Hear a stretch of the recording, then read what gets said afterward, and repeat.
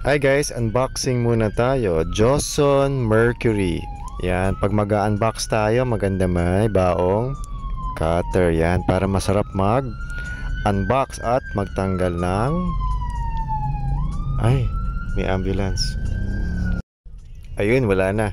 Yan, so, yan, wag itapon yung box o magagamit pa natin siya or ibigay sa recycling. Ayan, ito na, bukas na yung box.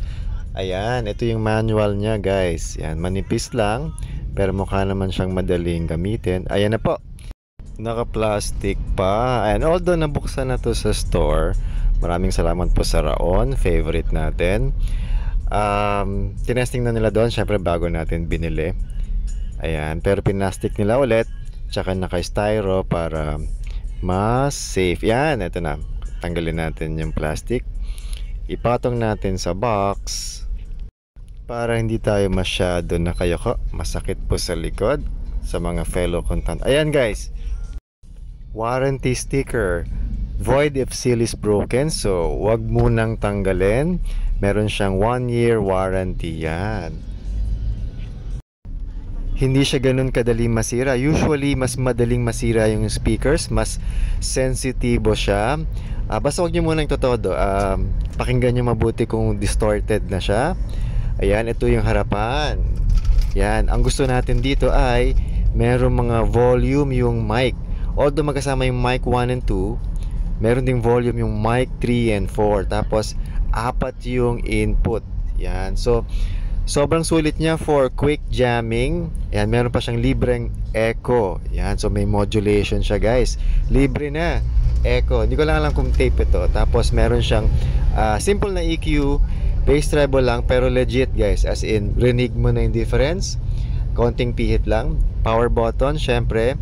Tapos meron siyang aux in for SD card and then USB. Yan, tapos music knobs, potentiometers. Ayan yung main volume para sa music, backing track or accompany music. Yan guys, ito zoom natin. Ayan, para kita na yung zero, hindi siya naka zero. Ayan, subukan nating ayusin eventually. Yan, pero meron din siyang sariling EQ. Yan, may EQ na siya, basic lang din, bass treble. Pero meron siyang, ano yun? Hindi ko mabasa, sorry. Medyo malabo na yung mata natin.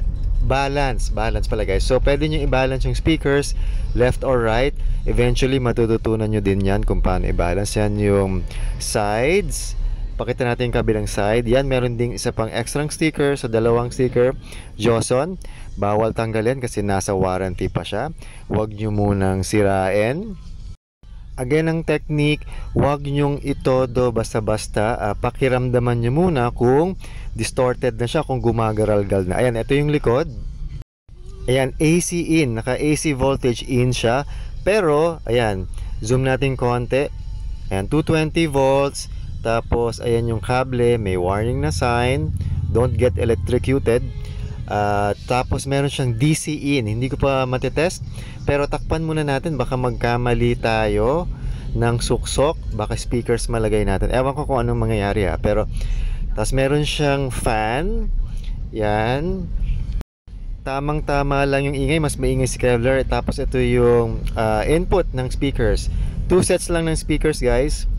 Ayan, right and then left, tama ba?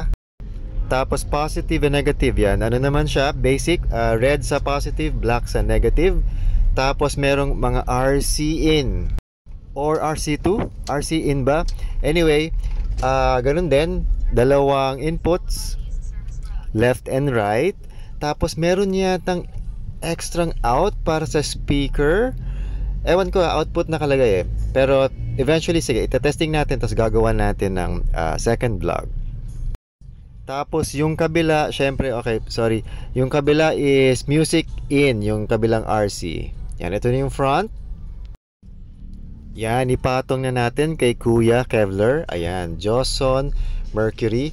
Maliit lang siya pero solid na to guys. Kasi ayaw nating parating dala-dala si Kevlar. Ito si Joson, pwede na pang gitara.